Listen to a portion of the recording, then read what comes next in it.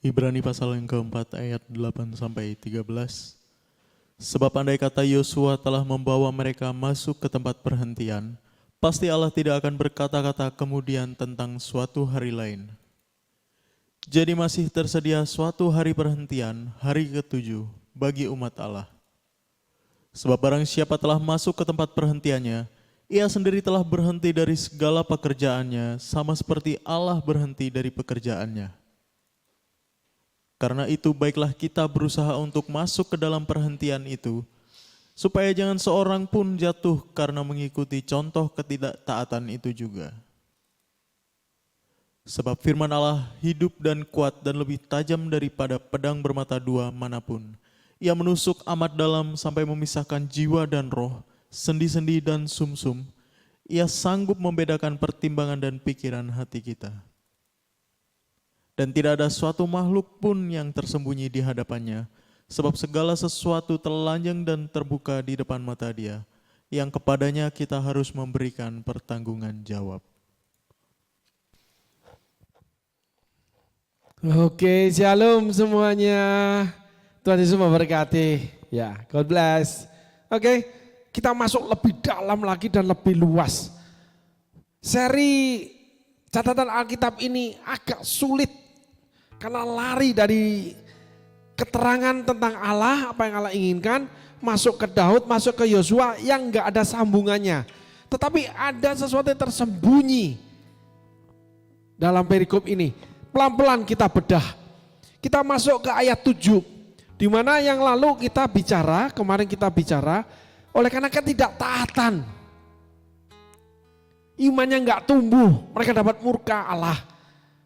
Oleh karena tidak mendekat kepada Allah, karena tidak berjaga-jaga waspada, membuat mereka ketinggalan.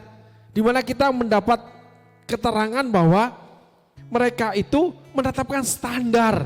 Kalau kita umpamakan gunung berapi yang meletus, itu karena ada di dalam sebuah sumber tenaga, energi, sebuah panas bumi. Sehingga terjadi ledakan itu akhirnya membakar seluruh gunung itu yang dilalui lahar itu. Tapi berdasarkan waktu setelah hancur terkena lahar api panas itu menjadi subur.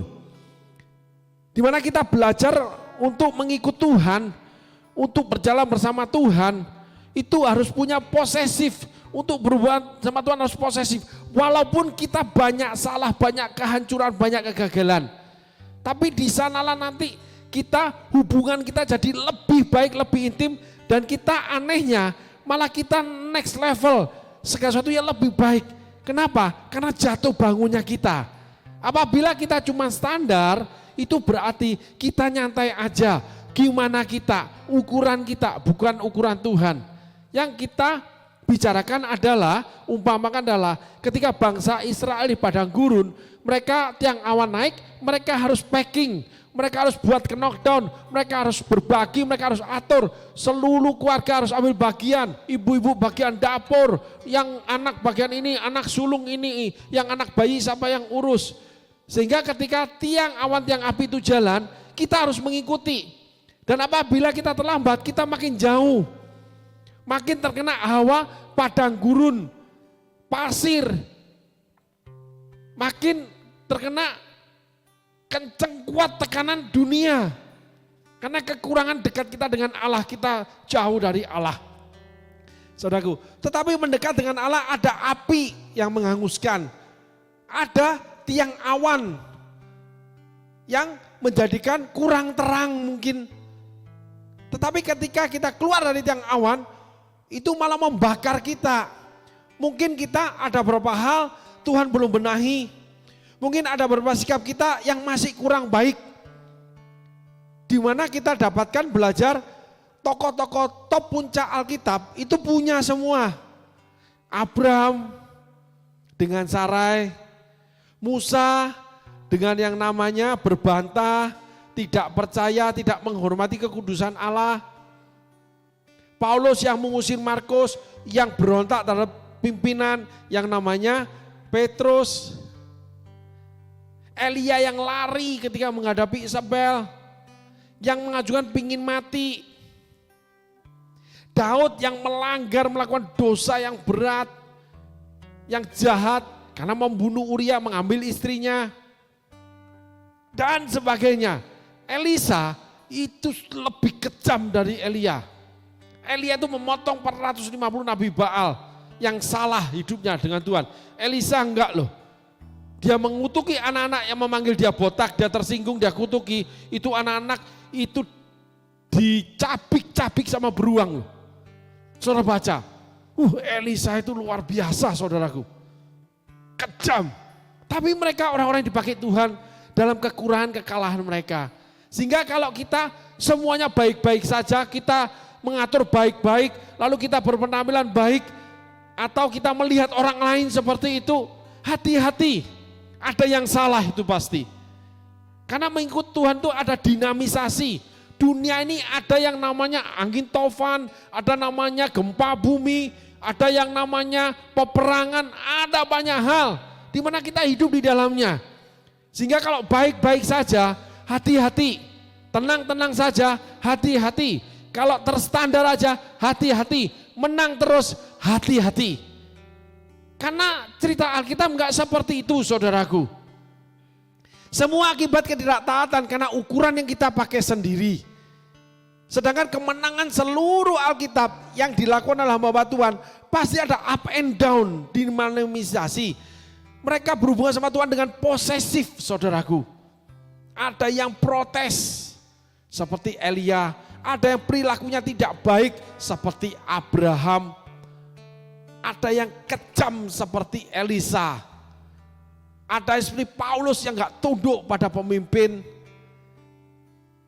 ada seperti Petrus yang munafik, dan sebagainya. Kalau Petrus munafik di Galatia 2 saudaraku. Nah itulah keberadaan kita. Sehingga sekali lagi kita harus belajar tidak baik-baik saja. Nah kenapa bisa terjadi ketidaktaatan itu? Kenapa kita bisa menerapkan hal seperti itu? Padahal awalnya kita itu baik-baik saja sama Tuhan. Karena yang pertama kita tidak waspada, tidak berjaga-jaga. Yang kedua kita ketinggalan. Kenapa kita tidak berjaga-jaga, kita ketinggalan? Karena kita ingin comfort, kita ingin secure. Kenapa seperti itu? Karena kita mau yang enaknya saja. Seperti Abraham, mau enaknya saja. Nah semua itu menyebabkan kita tidak taat kepada Tuhan. Seperti Musa, dikatakan tidak percaya, tidak menghargai kekudusan Tuhan, sering berbantah sama Tuhan. Kita ambil semua kelemahan, kekurangan, kesalahan tokoh-tokoh Alkitab ini. Tetapi semua itu mengakibatkan apa? Kita masuk ke ayat 7 saudaraku. Sebab itu yang menetapkan pula suatu hari, yaitu hari ini. Hari ini, saudaraku perhatikan baik-baik. Setiap hari itu adalah hari ini. Selalu baru setiap pagi, baru setiap hari. Alkitab mencatat itu. Allah selalu memberikan yang baru setiap pagi, setiap hari. Jadi kita harus taat setiap hari, setiap pagi mulai taat.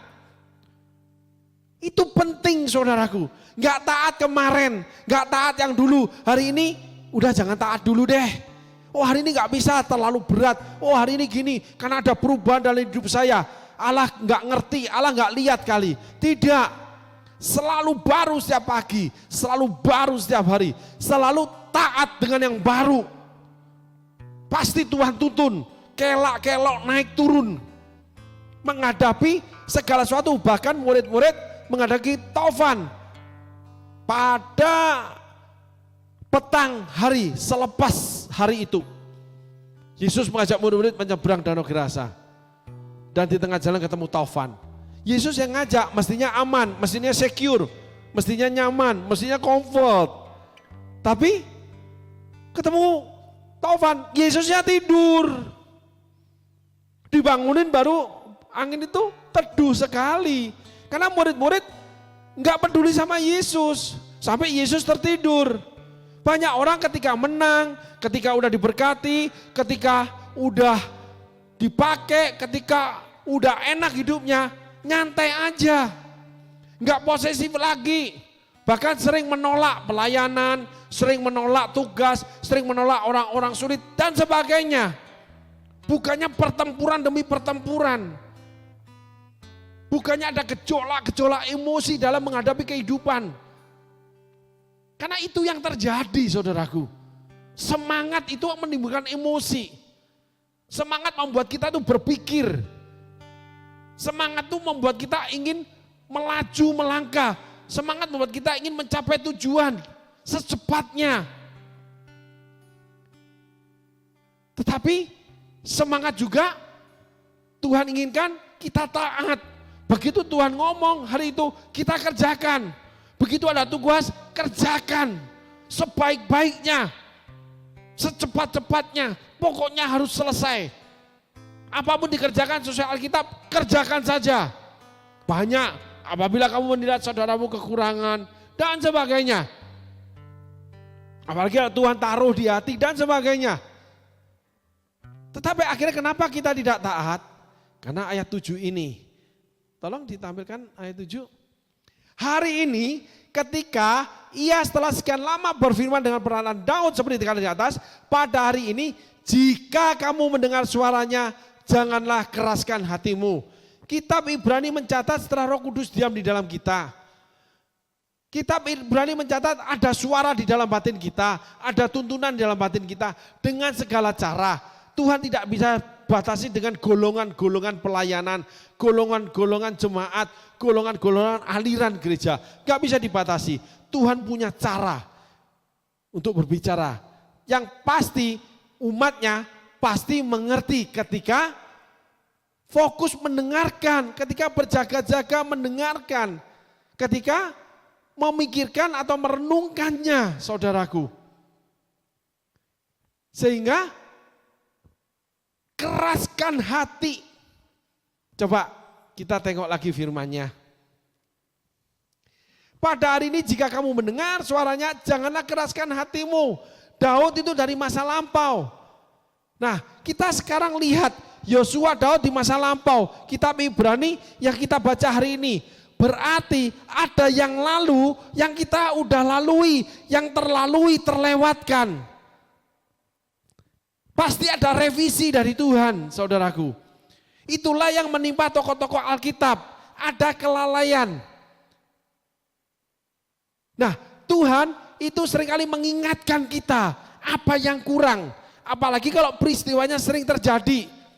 Atau kita melakukan kesalahan yang berulang. Dulu aku ini ya mengalami sesuatu yang gak baik karena aku lakukan ini. Kenapa aku sekarang tetap jadi begini? Dulu ketika diberkati melakukan hal-hal yang tidak sesuai dengan firman Tuhan. Boros, foya-foya, dan sebagainya, gak memikir apa-apa. Menganggap imannya itu mendatangkan berkat Tuhan. Tiba-tiba mendapatkan taufan. Lalu Tuhan pulihkan. Tetap melakukan yang sama.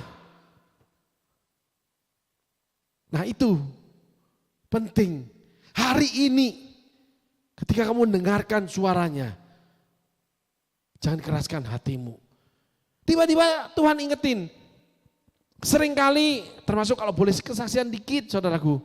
Beberapa saat belakangan ini saya mengalami hal. Loh Tuhan kok sama dengan yang lalu yang aku alami. Loh Tuhan kok aku jadi begini. Ternyata aku mengulang hal yang sama. Mungkin saudara pernah khawatir sampai sakit. Hari ini saudara sakit karena khawatir. Gitu. Jadi dari kitab Yosua, kitab Daud, oh ternyata aku ada mengeraskan hati. Yang mana nih? Kalau Musa nggak mau percaya, nggak menghormati kekudusan Tuhan. Langsung diingatkan Musa berdebat sama Tuhan ketika dipanggil, aku petah lidah. Abraham waktu dipanggil keluar, Abram meminta istrinya ketika diminta laki-laki lain menyerahkan diri. Gak boleh ngaku suami istri. Sehingga 2 kali terjadi.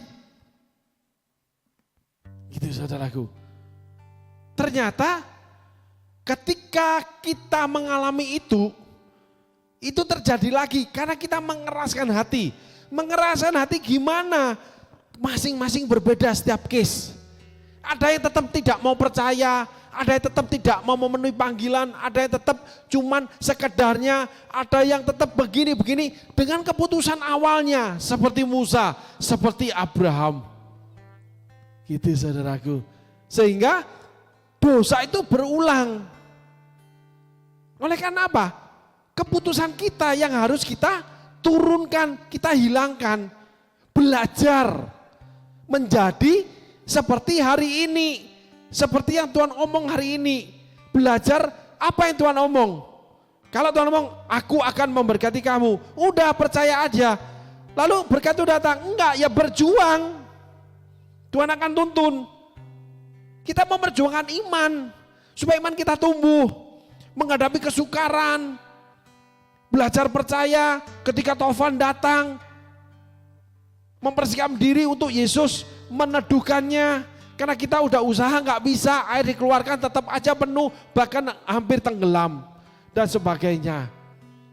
Hari ini Tuhan bicara buat kita semua bahwa ketika kesalahan berulang, akibat ketidaktaatan kita di masa lalu akan terjadi lagi karena hati kita mulai keras.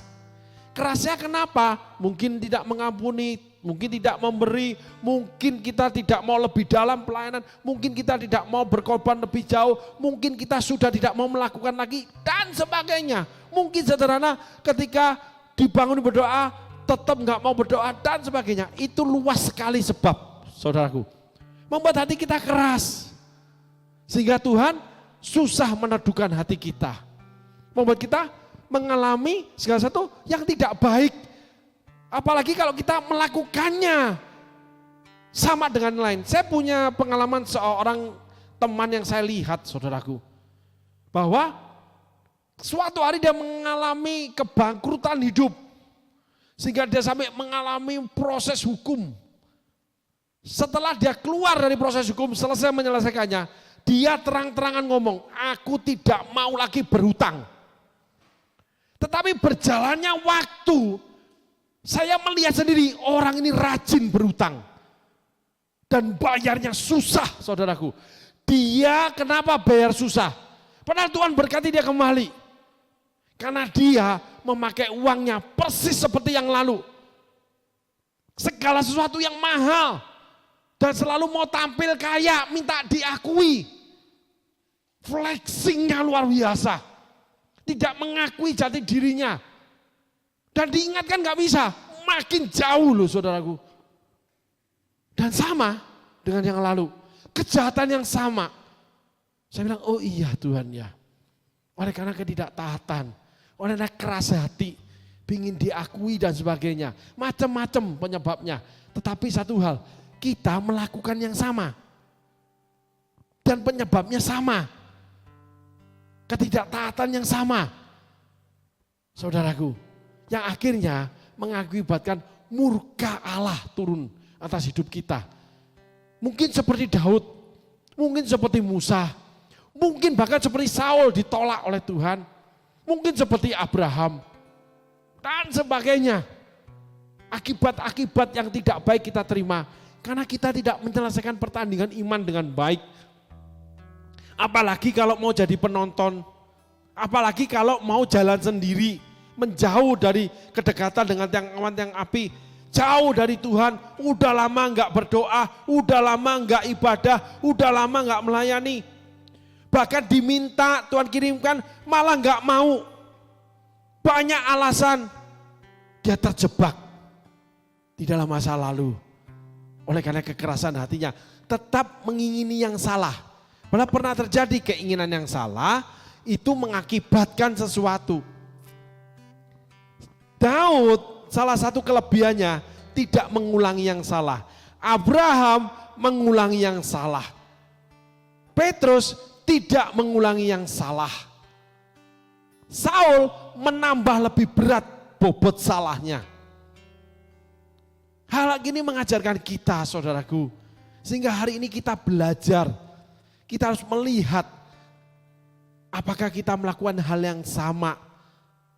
Yang dulu pernah kita lakukan yang mengakibatkan kita mengalami yang tidak baik.